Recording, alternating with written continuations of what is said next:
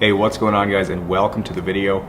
Now today's vehicle is a 2008 GMC Sierra whose owner just finished up hunting season with it, and as you just got a glimpse of, it's a little bit bloody. Okay, so with the owner having used this truck on several hunting expeditions this summer and fall, it's gotten extremely dirty on the outside, from the front end that's full of old bug guts to the tailgate that is painted brown with dirt. It clearly needs some serious work. But that is nothing compared to what's waiting in the box, as it's covered in deer blood. There's a bunch of fur stuck all over and a whole bunch of garbage and bloody wood and snow. But moving to the inside now, and it really doesn't get any better, as there's garbage everywhere you look, dog hair and either shotgun shells or 22 rounds in every storage compartment and cup holder. And of course there's caked on dirt and dust all over the trim, and even a couple of blood stains in the carpets. But just before we jump into the detail, take a second and make sure you're subscribed to the channel and that you've got the bell on so you never miss out on a future video. Alright, now getting started on the pre-wash rinse, and if you can believe it, it's been nearly 6 months since I've had a Sierra or Silverado in the garage, which is funny because last winter it felt like every third vehicle was a GM truck. So I have to say it's nice that I get to work on this one today, because I know these vehicles inside and out after having done so many of them over the years. So I already know that no matter how bad the interior is, I can get it looking new again. And make sure you stick around until the end of the video to catch the owner's reaction to seeing the truck all cleaned up. He was absolutely thrilled with it.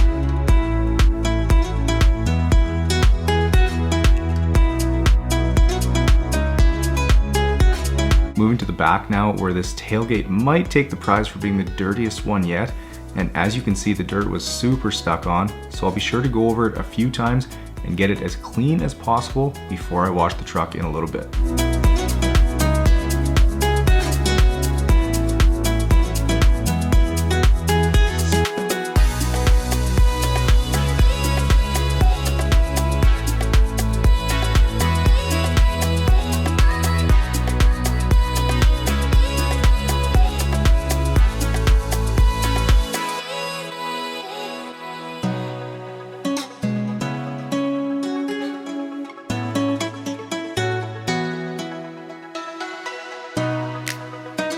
Alright, well, after having spent about 10 minutes chopping through all the snow and ice and digging out the wood and a bunch of blood-covered garbage, I can finally get this box sprayed out and get rid of all the blood in here.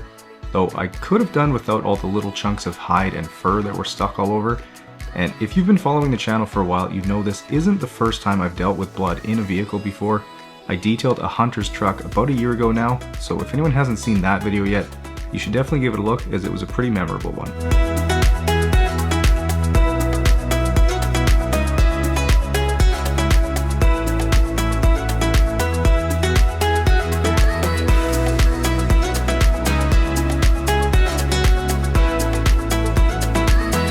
Now, thankfully GM hadn't started using carpeted wheel well liners in 2008 yet, so it sure allowed me to get these sprayed out way quicker, but it was definitely just as satisfying getting to see all that mud blasted away, and with a truck this dirty, I'm making sure to be super thorough to get all the dirt and mud out.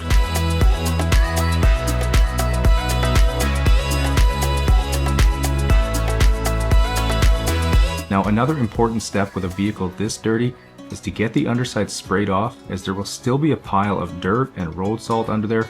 So if you're curious as to where you can get one of these undercarriage sprayers, I've got the link down in the description for you.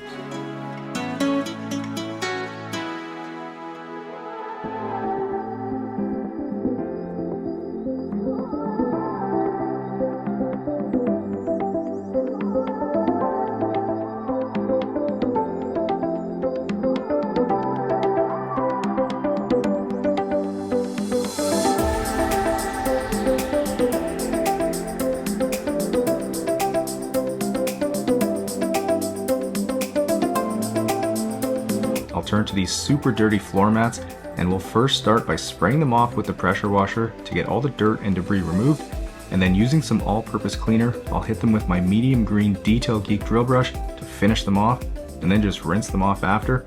and typically that's all I do with rubber floor mats. Unless they're really worn down and still look awful after they're cleaned, then I'll typically use some Carpro Pearl to revive them.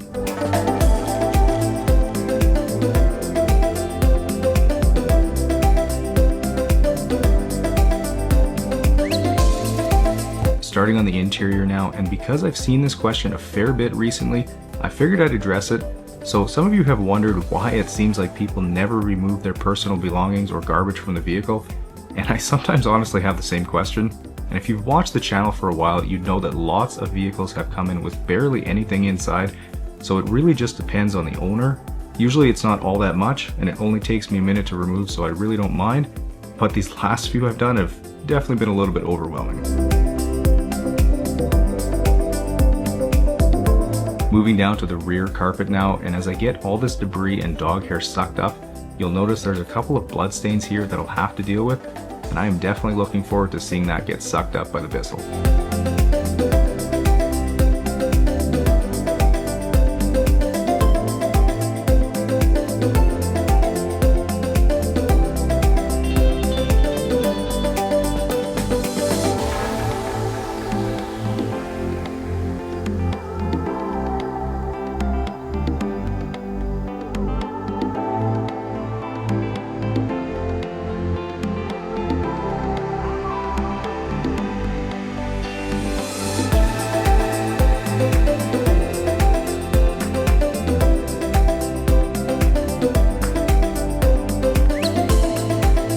Now starting on extracting the seats here, and I was warned by the customer that there had been a couple of energy drinks and some coffee spilled back here, and with these seats being black you really can't see the stains, but without fail the Bissell will find them.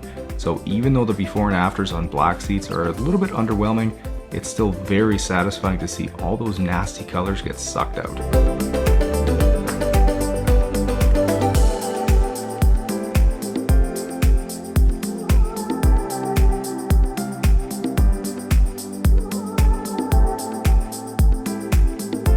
Alright, moving down to the rear carpet where the bloodstains are, and this is definitely the first time I've dealt with blood inside a vehicle before, so I am expecting it to be a little bit tougher to remove, and making the first pass over it, and the fact that it's turning red is a very good sign, and it means I can definitely get it loosened up and removed.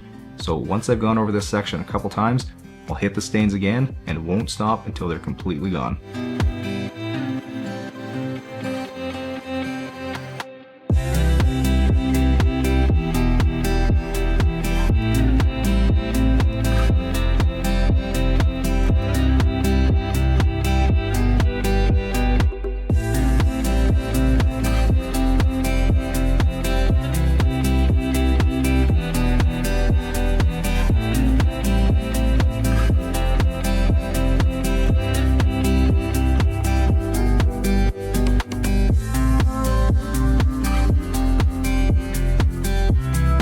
Here's the bucket full of dirty and bloody water pulled from the Sierra.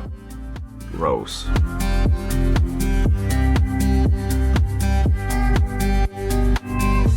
Now since the truck had caked on dirt all over the interior, especially down in the crevices and air vents, the easiest way to deal with that is with the steamer, as it can simply blast it all out, and then I'll just go over everything with a microfiber towel to dry it, and it will be ready for 303 later on. Turning to all the door sill plates I removed earlier, and I'll start by getting some all-purpose cleaner sprayed on, and then we'll once again hit it with the steamer, this time with the brush attachment on. And if any of you out there are in the market for a steamer, I would highly recommend the McCulloch MC1375, as it's a total game changer for detailing if you don't have one, and is something I couldn't possibly detail without. So if you're interested, the link is in the description for you.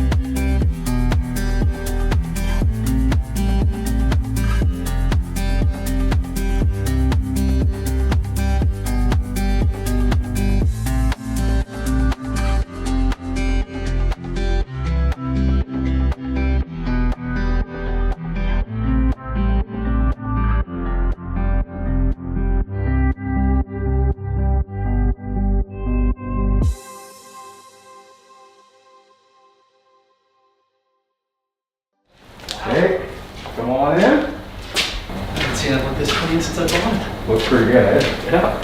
I put it through hand this year. Yeah, she's pretty dirty, so. Turned out good.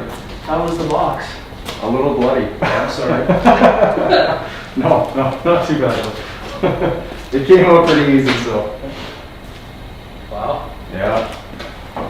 We gotta have a look inside. That's where a good chunk of the work was, so. Wow. Yeah. I didn't think you'd get that clean, to be honest. Yeah. Like there was mud caked underneath that floor mat. Oh yeah. Carpet was pretty rough in a few spots. Well, I hiked through about 40 miles of the northern provincial forest this elk season, and Yeah.